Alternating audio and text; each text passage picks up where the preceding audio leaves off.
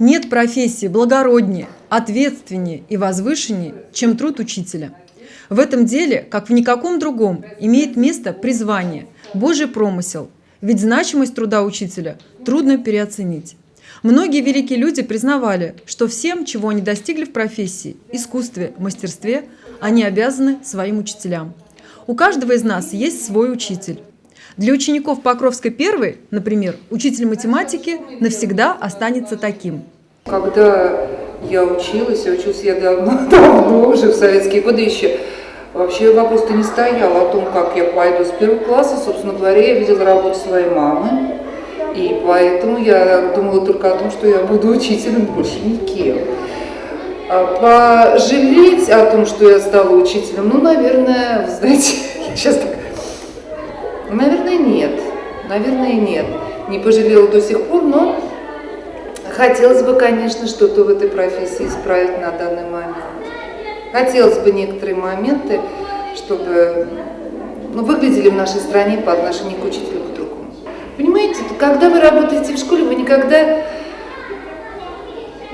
не так я вам скажу следующее. Вы знаете, мои одноклассники выглядят хуже меня.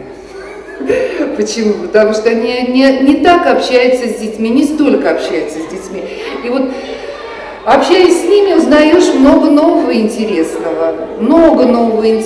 Они, знаете, дают энергию какую-то, лишнюю, которой нам не хватает. А когда вы приходите, допустим, с работы, чтобы видеть обыденность, каждый день молодые, свежие лица. В нашей, конечно, педагогической работе хотелось бы пожелать побольше радости.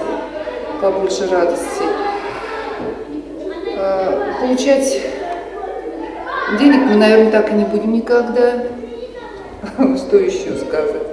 Здоровье нашим учителям, здоровье, терпение.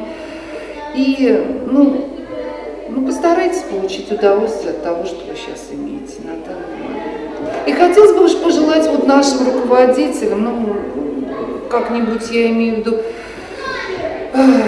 сделайте так, чтобы учитель меньше возился с бумажками, а больше работал с детьми. Потому что мы превращаемся в наших врачей, которые бедные, несчастные, прежде чем принять человека на приеме, заполнить такое количество бумаг, а на больных уже смотреть некуда. Вот я сейчас вижу этот процесс, который происходит сейчас в школе. Мы пишем такое количество бумаг, что на ребенка-то уже взглянуть некуда становится.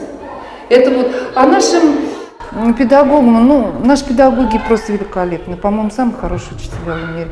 Я желаю им оставаться такими же добрыми, профессиональными и гордиться своей профессией. Особенное основание гордиться собой, своим выбором и профессией имеют те учителя, кто всю жизнь остается верен выбранному пути.